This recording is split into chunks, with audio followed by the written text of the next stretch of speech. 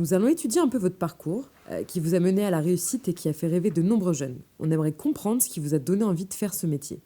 C'était quoi le déclenchement ? D'abord, le déclenchement, très jeune, il n'est pas simplement l'envie d'apprendre un métier. Il est surtout l'envie de sortir du quartier, de sortir de l'extraction sociale et de se dire, il n'y a pas de raison que je me croie assigné à ce quartier. Et passer par là, la pâtisserie et ensuite la cuisine, où là, j'ai découvert qu'il y avait une économie de la qualité, que ce soit en pâtisserie, avec des gens comme Pascal Miot, chez Dalloyau, et puis aussi chez Claude Deligne, restaurant 3 étoiles et guide Michelin. Et effectivement, qu'on pouvait construire une vie autour de l'économie de la qualité. Et ça, c'est quelque chose qui m'a porté et qui me porte toujours. Est-ce qu'il y a eu un phénomène physique à un moment, la rencontre d'une odeur, d'un matériau, quelque chose qui vous a donné envie de travailler avec cette matière ? Non, la matière qui m'a donné envie d'aller vers les métiers de bouche était la boulangerie de Bernard Ganacheau, où on voyait l'ouvrier travailler, on voyait l'ouvrier mettre au four. Lui, il faisait un pain très gourmand, très bon, et qu'il vendait au prix qu'il avait décidé lui. Et cette économie de la qualité, j'ai toujours trouvé ça extrêmement valorisant. Et cette odeur du pain cuit four à bois qu'il avait dans la vitrine de l'établissement, et surtout, il montrait l'odeur de ce métier, la saveur de ce métier et la couleur de ce métier. Et en même temps, on voyait ces hommes heureux travailler chez lui. Donc ça m'a vraiment donné une attractivité forte pour ces métiers de l'artisanat, des métiers de bouche. Et c'est comme ça que sur une odeur du pain, finalement du pain bien fait, du pain au levain, qu'une boulangerie comme celle de Bernard Ganacheau m'a inspiré. Mais c'est cette odeur finalement, ces effluves de ces fours énormes en pierre qu'avait Bernard Ganacheau et la façon qu'il avait de façonner le pain à la main, d'avoir des goûts de fermentation extraordinaires et de montrer qu'on pouvait s'émanciper au travers des métiers manuels. C'est ça qui m'a beaucoup interpellé. Et lorsque vous avez passé votre CAP, vous vous projetiez déjà ? Vous aviez des modèles ? On voyait tous les modèles, on avait des rôles modèles, on avait Paul Bocuse, on avait les frères Trois-Gros, on avait des Michel Brasse, on avait des Jacques Maximin, on avait des Claude Deligne, on avait des Alain Chapelle, on avait encore des Alain Ducasse, on avait des gens comme ça, donc c'était des modèles. Et on se disait, mais s'ils ont réussi en passant par ces métiers, il n'y a pas de raison qu'on ne réussisse pas. Et même dans les moments de doute, de crainte, d'anxiété, d'envie d'abandon, on se disait, non, mais pourquoi pas, moi aussi un jour j'aurai mon restaurant. Et c'est ce qui vous fait tenir une ligne de conduite entre l'ordre et le désordre finalement. Et c'est ça qui va vous permettre d'atteindre à un moment le but que vous vous êtes fixé. Vous étiez justement fixé des étapes à franchir, une stratégie pour y arriver ? Non, vous savez, on a toujours l'impression qu'on a fixé une stratégie. La stratégie, elle est de pas reculer. Elle est simple, vous voyez, c'est presque très naturel. C'est ce que j'appelle toujours la stratégie de la libellule, qui ne recule jamais. Finalement, elle trouve un chemin. C'est ce que j'ai fait. C'est-à-dire qu'à un moment donné, je me suis dit, je veux être là, je voudrais toucher ça, et qu'est-ce que je vais pouvoir faire pour le faire ? Donc une fois que vous avez le rêve, donc vous avez le projet, et que pour pas que ça reste un rêve, mais que ça devienne un projet qui se réalise, il faut mettre des étapes, et ces étapes, vous êtes parfaitement capable de les construire au jour le jour, à la semaine, au mois, puis à l'année, et puis tout d'un coup, vous apercevez que vous touchez la cible de la main, et vous dites, ah bah finalement, j'ai eu de la chance. En général, on se dit ça, j'ai eu de la chance, mais vous n'avez pas eu de chance. Vous avez travaillé. Et ça, c'est important de garder le mot travail, et pas de dire que le travail est une valeur, le travail est un moyen d'atteindre vos objectifs, votre projet, voire vos rêves. Est-ce que la passion a joué un rôle clé dans votre réussite ? La passion, oui, mais la passion qu'on place sur un projet. Il faut visualiser quelque chose. Et une fois que vous avez visualisé quelque chose, il faut l'effort. C'est-à-dire qu'on a tellement laissé croire à une société qui avait un ascenseur social pour que ça fonctionne, pas du tout. Le projet fait que vous allez mettre l'effort nécessaire et que vous allez concentrer cet effort absolument nécessaire pour atteindre votre objectif. Sinon, le travail n'est pas une valeur, il faut bien le reconnaître. C'est un moyen d'atteindre vos objectifs. Donc, je crois que nos métiers, et notamment tous les métiers de l'artisanat, peuvent vous permettre, même si vous avez été peut-être des fois un élève très moyen dans des classes secondaires, que vous n'avez pas un parcours universitaire ou scientifique, d'entrevoir que vous allez avoir une vie très engagée, parce que c'est pas simple d'être chef d'entreprise, mais une vie très engagée au travers du projet que vous avez eu. Et que ce ne soit pas une autorité qui vous a imposé un projet que vous ne souhaitiez pas. Et aujourd'hui, votre passion est-elle toujours intacte, comme au premier jour ? Est-ce que vous l'entretenez d'une certaine façon ? Non, la passion, ça s'entretient. Et ça s'entretient par le ressenti. C'est-à-dire que si vous éprouvez du plaisir quand vous faites les choses, donc c'est que la passion est toujours là. Des fois, les gens vous disent « Ah, mais ça manque de flamme, vous avez perdu la passion. » Non, je n'ai pas perdu la passion.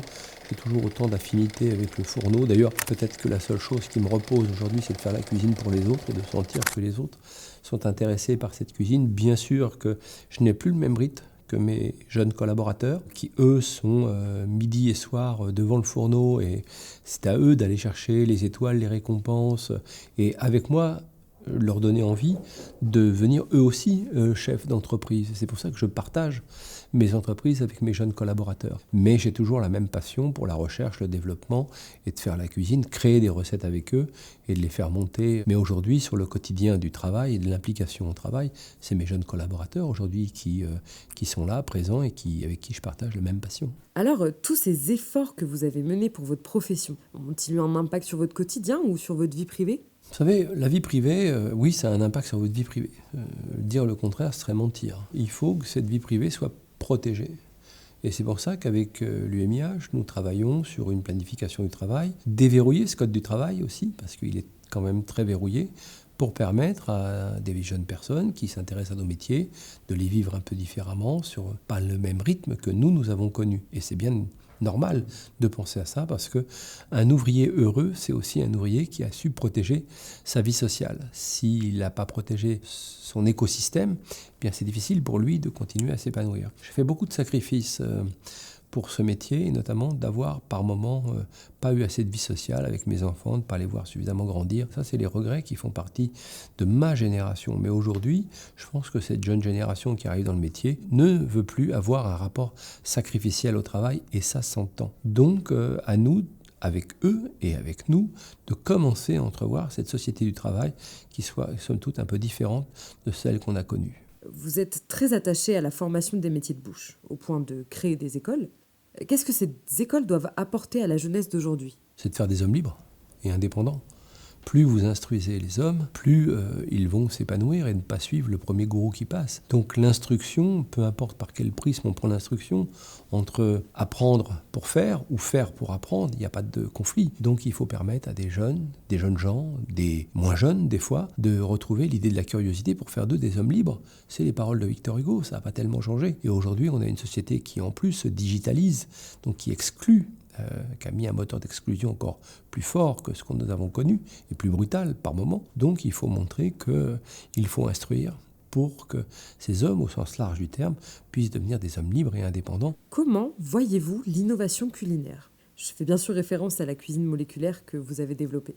Quand je me suis intéressé à la cuisine moléculaire, très rapidement, avec les chercheurs avec qui je travaillais, David Edwards, Raphaël Aumont, on a une chaire universitaire à Paris-Saclay grâce à Sylvie Retailleau, et c'est vrai qu'envisager la cuisine des années 2050-2070 n'est pas tout de suite une évidence, avec les problématiques de stress hydrique, avec les problématiques d'agriculture, et c'est pour ça que nous sommes très liés au monde agricole, nous sommes très liés au monde de la santé, et nous sommes très liés aux nouvelles économies. Donc ça veut dire que la cuisine du futur, elle est plus flexitarienne, elle est 80% végétale probablement et 20% protéines animales, une protéine animale mieux produite, mieux rémunérée aussi pour les agriculteurs, et puis une préservation de l'eau. L'impact environnemental va être un vrai sujet dans nos assiettes. 20% de notre assiette sera quasiment consacrée à l'impact environnemental du fait que l'électricité sera très chère et l'eau sera très chère. Donc ça veut dire qu'il faut repenser nos modèles économiques, il faut repenser nos modèles de formation pour permettre à des gens qui vont arriver dans ces années de voir qu'il y aura une gastronomie du futur, bien sûr, mais elle sera à impact environnemental beaucoup plus fort, peut-être beaucoup plus décarbonée. On parle de décarboner l'assiette de 50%. Ça veut dire que les circuits courts vont être privilégiés. Il va falloir savoir les mettre en place, définir ce qu'est un bon produit, l'impact social, l'impact environnemental et l'impact nutritionnel mesurable d'un bon produit vis-à-vis du monde agricole, de la terre à l'assiette. Tout ça est en cours de chemin. Donc voilà ce que doit être l'économie du futur, mais l'alimentation du futur aussi, pour que ces fractures sociales disparaissent, on pourrait l'espérer, mais en tout cas qu'elles soient beaucoup moins violentes qu'elles ne le sont aujourd'hui. Aujourd'hui, vous êtes à la fois chef en cuisine et chef d'entreprise. Quelles compétences retrouvez-vous à la fois dans le métier de chef cuisinier et dans celui de chef d'entreprise ? La cuisine, c'est la maîtrise d'un geste, la maîtrise du feu, comme je le dis souvent, et la maîtrise du temps. Le monde de l'entreprise, c'est un petit peu autre chose. Vous n'avez pas toutes les compétences par moment. Et pour que ça fonctionne, une entreprise, il faut un rêveur. Mais je crois être un rêveur. Mais ça ne suffit pas. Quand on est un rêveur, il faut s'entourer de quelqu'un qui sache mettre des chiffres sur vos rêves. Donc c'est un petit peu différent de se dire faire la cuisine pour un certain nombre de personnes, les rendre heureux, c'est assez facile, c'est un rêve. Maintenant, quand on est chef d'entreprise, il faut aussi être en capacité de mettre des chiffres sur un rêve et de trouver la bonne niche dans laquelle vous allez vendre votre compétence de cuisinier ou votre compétence de boulanger ou de pâtissier. Et cette notion de chef d'entreprise, elle est beaucoup plus froide parce qu'elle est analytique souvent. Or que la cuisine, il y a une spontanéité, il y a le fait de travailler de façon très émotionnelle.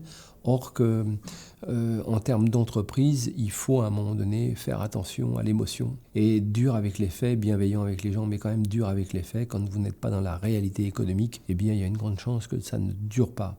Dans une cuisine, vous composez avec une équipe. Chacun va avoir son rôle et c'est le résultat qui va permettre de livrer le bon plat au client. Ne retrouve-t-on pas la même chose dans le cadre d'une entreprise ?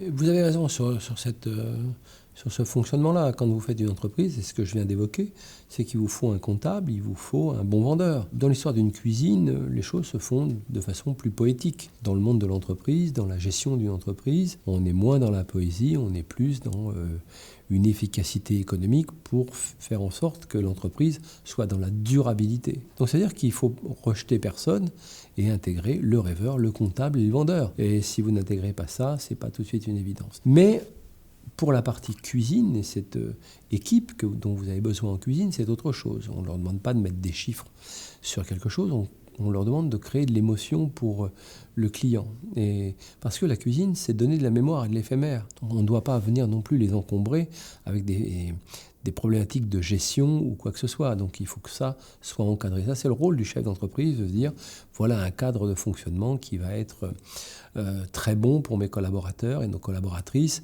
pour qu'elles fassent vivre une émotion au client. Et donc, vous voyez bien que c'est deux mondes qui, par moments, se télescopent un petit peu entre l'absolue nécessité de maîtriser des coûts et l'absolue nécessité que quelqu'un crée une cuisine d'auteur pour attirer le client, le mangeur dans nos maisons. Encore une fois, je ne ferai pas un parallèle aussi simple entre le chef et le chef d'entreprise. C'est vous changez de casquette quand vous êtes chef d'entreprise. Et si vous aviez 14-15 ans aujourd'hui, est-ce que vous suivriez la même voie ? J'ai du mal à répondre à cette question parce que, très honnêtement, je n'ai pas pu être athlète de haut niveau parce que je n'avais pas ni les compétences techniques ni les compétences pour faire un sport-études. Donc c'était un peu le regret du début de carrière, mais sinon je referais la même pratique, la pâtisserie et la cuisine ensuite, bien évidemment, en gardant tout ce que m'a apporté ce métier aussi, qui m'a permis de vivre aussi ma vie de façon un peu aventureuse par moments, de traverser la planète, de découvrir l'Asie du Sud-Est, le Japon, les États-Unis, d'avoir fait plusieurs fois et de faire encore plusieurs fois le tour du monde dans la même année. Donc tout ça, j'ai pas de regrets, donc j'ai pas d'envie à me dire aujourd'hui j'aurais pu faire autre chose, si j'avais su j'aurais fait ça. Pas du tout.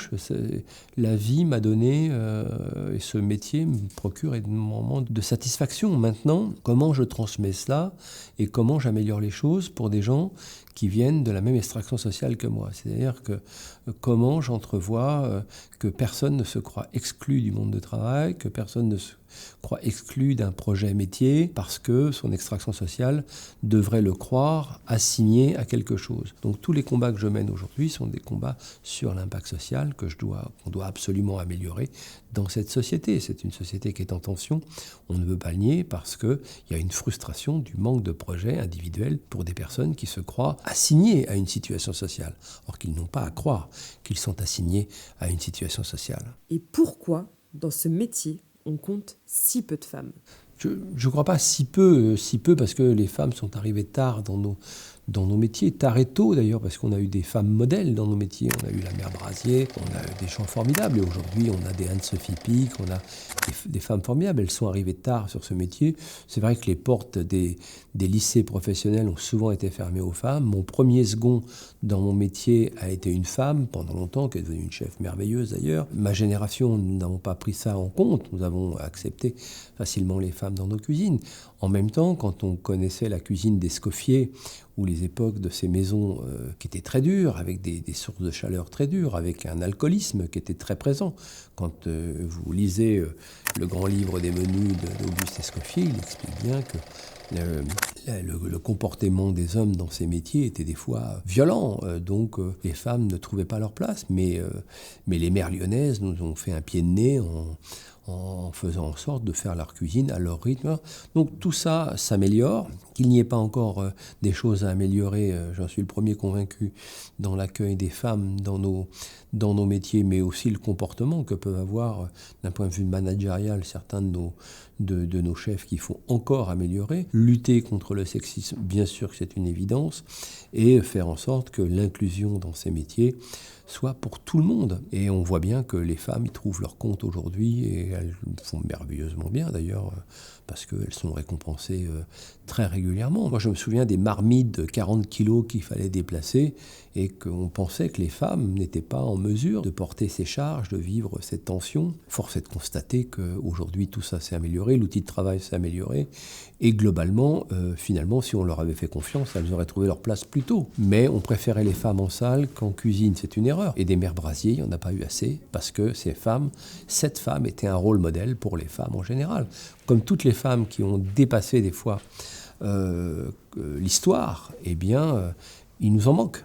Il nous manque des femmes pilotes de chasse, il nous manque des femmes militaires, il nous manque des femmes cuisinières, bien sûr, pâtissières, boulangères, et aujourd'hui, ça tente à se réparer. Mais vous pouvez nous donner un dernier conseil pour les jeunes qui veulent se lancer dans ce métier ? Ne vous croyez pas assigné à quoi que ce soit, et ne vous mettez pas de frein. Vous aurez de toute façon toujours 20% de la mer de l'incertitude à traverser. Il faut vous faire une raison. Vous avez appris, vous avez su apprendre, vous saurez vous adapter. Traversez cette mer de l'incertitude sans problème. Même dans cette incertitude, vous allez apprendre des choses si vous restez positif.